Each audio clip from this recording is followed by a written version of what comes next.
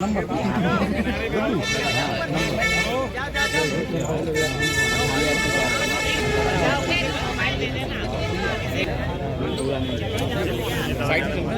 दे, किसी को फोन दे दे। मेरा मानना है कि आने वाले समय में परिवर्तन होगा, बीजेपी हटेगी और मैंने नारा दिया है कि सभी दल साथ आएं, खासकर जो समाजवादी पार्टी के साथ गठबंधन में थे। गठबंधन 80 हराओ का नारा देगा।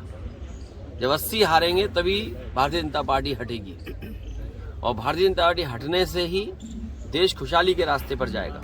इनके पास नारे तो नए नए हैं, अब कह रहे हैं कि डेवलप्ड कंट्री का सपना देख रहे हैं, जिनके वचन में कोई दम मतलब कहने और कथनी में अलग अलग हो। क्या कहा और क्या किया, इसका जनता को आकलन करना पड़ेगा। और अभी लोकसभा में जो नौजवान कूदे हैं, ये सही बात है कि सुरक्षा, और वहाँ पर सुरक्षा जो प्रधानमंत्री जी का ड्रीम प्रोजेक्ट था, अगर ड्रीम प्रोजेक्ट में जो लगभग 25,000 करोड़ का बना है, वहाँ की सुरक्षा ऐसी है, तो मुझे लगता है कहीं ना कहीं साजिश भी है और षड्यंत्र भी है, क्योंकि कहीं इसी बहाने सरकार की कोई तैयारी तो नहीं है, कहीं इंटरनल सिक्योरिटी और सुरक्षा के बहाने लोगों को डराने की तैयारी तो नहीं है। एक तो सवाल वो खड़ा होता है, और दूसरा सवाल खड़ा होता है, कई प्रतिष्ठित अखबारों ने कहा कि नौजवान बहुत त्रस्त थे। नौजवानों के परिवार से जब जर्नलिस्टों ने बात की तो परिवार के सदस्यों ने बताया कि नौजवान दुखी थे, उन्हें रोजगार और नौकरी नहीं मिल पा रही थी। इसी वजह से गूंगी बहरी सरकार को जगाने के लिए वो नौजवान लोकसभा में कूद गए।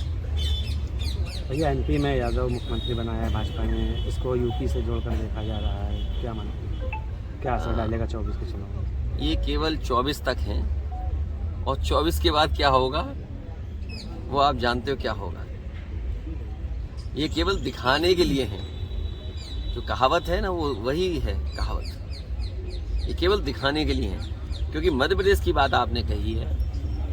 मध्य प्रदेश में ये कहा गया और अखबारों में आज भी निकल रहा है, सोशल मीडिया पे आज भी चल रहा है कि जो लाडली योजना थी उसकी वजह से सरकार बनी। देश के प्रधानमंत्री जी ने भी ये कहा कि महिलाओं का वोट ज्यादा मिला। अब आप खुद कल्पना करिए कि लोकतंत्र में जिस नेता की वजह से सरकार बनी हो, वही मामा दुखी हो। मामा को दुखी करना ये अच्छी बात नहीं है। ये यूपी और इसका परिणाम जो आने वाला है, तो वो आने वाले समय में 24 को आप देख लेंगे। 24 भैया, इंडिया गठबंधन को लेकर क्या? इंडिया गठबंधन होगा, और मैंने पहले भी कहा कि ये जो परिणाम आए हैं, इससे इंडिया गठबंधन और मजबूत होगा।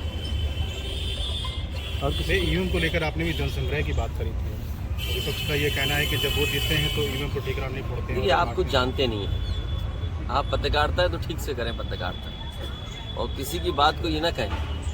समाजवादियों ने कहा कि अगर आप अमेरिका से नकल कर रहे हो, आप डेवलप्ड कंट्री बनना चाहते हो, तो जो डेवलप्ड कंट्री में व्यवस्था है वोट डालने की, उसको क्यों नहीं अपना रहे हो आप? अमेरिका जैसा देश जो अर्थव्यवस्था में ताकतवर है, वो अपने आप महीनों बैलेट से वोट डलवाता है। जापान जैसा देश जहाँ से ईवीएम कभी बनी, वो बैलेट से वोट डलवा रहा है। जर्मनी का जो सुप्रीम कोर्ट है, उसने ये पाबंदी लगाई कि अगर ईवीएम से मशीन से वोट पड़ेगा तो वो अनकॉन्स्टिट्यूशनल है। ये तीनों बातें जो मैंने कही हैं, इन तीनों बातों पर आप खुद विश्लेषण करिए। और भारत सरकार ये कह रही है कि हम दुनिया में सबसे ताकतवर देश बनने जा रहे हैं और बनना चाहते हैं। तो क्या अविश्वास के साथ आप ताकतवर बनना चाहते हैं? जनता को विश्वास हो और सीक्रेट बैलेट, आज तो ये पता लग जाता है इस गांव में, इस मजरे में वोट किसको मिलने वाला है, किसको पड़ने वाला है। तो ये सीक्रेट बैलेट कहाँ है वोटिंग? इसलिए समाजवादियों का मानना, मैं आज फिर कहता हूँ आपसे, मैं जनता से अपील करूंगा कि समाजवादियों को जिताइए, बीजेपी को हटाइए। बीजेपी के हटने से ईवीएम भी हटेगी। इंडिया गठबंधन में समाजवादियों का प्रस्ताव होगा और जनता से अपील होगी उसके माध्यम से कि देश में ईवीएम हटे, बीजेपी हटेगी तो उससे ईवीएम हट जाएगी। भैया, अगर इंडिया गठबंधन में भाजपा ने 2024 की तैयारियां शुरू कर दी हैं, 3 राज्यों में भाजपा जीती है, उसके बाद माना जा रहा है कि 24 में भी जो है भाजपा अपराध करेगी। इस पर क्या कहेंगे? मैंने कई मौक़ों पर कहा कि जिस तरह का परिणाम आया है भारतीय जनता पार्टी के लिए चिंता का विषय है। जहां कहीं टीवी पे, अखबार में या और लोगों से जो सुनने का मौका मिला है, सभी ने ये कहा कि परिवर्तन के लिए जनता ने वोट दिया। राजस्थान में कांग्रेस की सरकार थी, उसको हटाने के लिए जनता ने वोट दिया। छत्तीसगढ़ में कांग्रेस की सरकार थी, उसको हटाने के लिए वोट दिया। तेलंगाना में बीआरएस की पार्टी की सरकार थी, उसे हटाने के लिए वोट दिया। मध्य प्रदेश की परिस्थितियां अलग थी। समाजवादियों को भी साथ लिया होता या अन्य दलों को साथ जोड़ा होता तो परिणाम मध्य प्रदेश का भी परिवर्तन का होता। जितने भी लोग हैं जिन्होंने भी उसकी समीक्षा की है चुनाव की, उन्होंने कहा कि जनता परिवर्तन चाहती थी और कुछ योजनाओं को लाभ पहुंचा, इसलिए सरकारें बनी।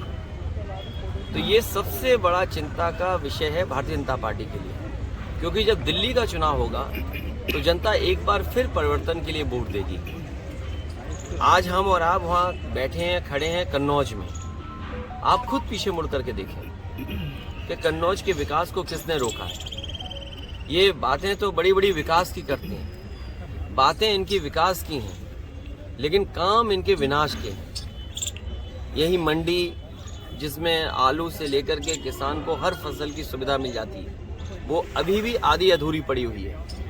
केवल हम लोगों के बोलने की वजह से वो चालू हो गई। तिरवा रोड पर मेडिकल कॉलेज के सामने मंडी का बाजार था, किसान बाजार, वो अभी भी आधा अधूरा पड़ा हुआ है। मेडिकल कॉलेज की स्थिति हमसे बेहतर आप जानते हैं, और अगर आपको दिखाना हो और अगर आप सच्चे और ईमानदार पत्रकार हैं तो अपने कैमरे और माइक लेकर के मेडिकल कॉलेज में किसी कोने में चले जाएं। जिस तरह से बजट मिलना चाहिए था वो बजट नहीं मिला, और ना बजट मिलने की वजह से आज मेडिकल कॉलेज में किसी भी गरीब का, किसान का और गांव में रहने वालों का इलाज नहीं हो पा रहा है। जिला अस्पताल में वो सुविधाएं नहीं हैं जहां गरीबों को इलाज मिल पाए, और लगातार अन्याय लोगों पर हो रहा है। महंगाई बढ़ गई, बेरोजगारी बढ़ गई। आप कन्नौज में बताइए, क्या कोई कारखाना लग गया? क्या उद्योग कोई आ गया? यही बीजेपी के लोगों ने सपना दिखाया कि निवेश के लिए हम बड़े बड़े कार्यक्रमों का आयोजन हुआ। क्या निवेश पहुंचा जमीन पर? और अगर निवेश जमीन पर पहुंचा है तो उस निवेश के माध्यम से कितनी नौकरी, कितने रोजगार मिले, ये सरकार बताए। अब जमीनें ढूंढी जा रही है जिलों में। सुना है कुछ दिनों पहले सरकार ने यह कहा कि निवेश के लिए जमीन चाहिए।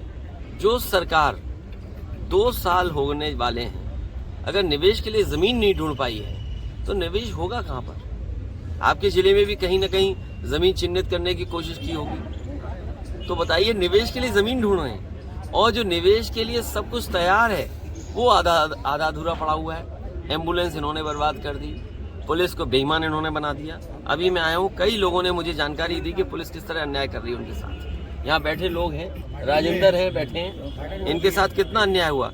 मुझे होम सेक्रेटरी तक कहना पड़ा, तब थोड़ी बहुत राहत मिली होगी उन्हें। तो ये स्थितियां हैं। अपने आप व्यवस्था कर ले कोई पुलिस के लिए तो पुलिस मदद कर देगी या निष्पक्ष कार्रवाई हो जाएगी। अगर आपने व्यवस्था नहीं की तो पुलिस आपके पीछे पड़ जाएगी, और अगर आप भी सच्ची खबर दिखाओगे तो हो सकता है आपके खिलाफ भी कार्रवाई हो जाए।